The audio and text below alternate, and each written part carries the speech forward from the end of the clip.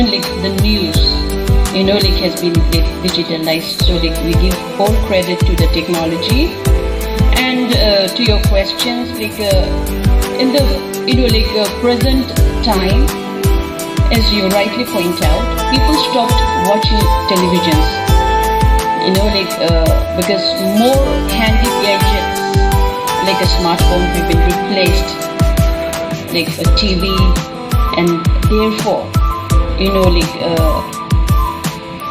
digitalizing or the news, as what we call, like it's very very trending,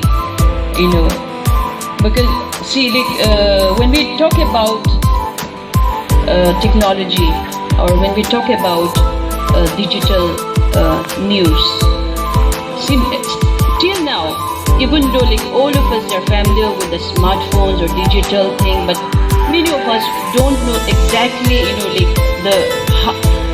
we are still illiterate. I mean, in media literacy, I should rather say we are still illiterate, and we need to be literate in media. We need to get familiar with lot of media thing, like when we talk about present news or present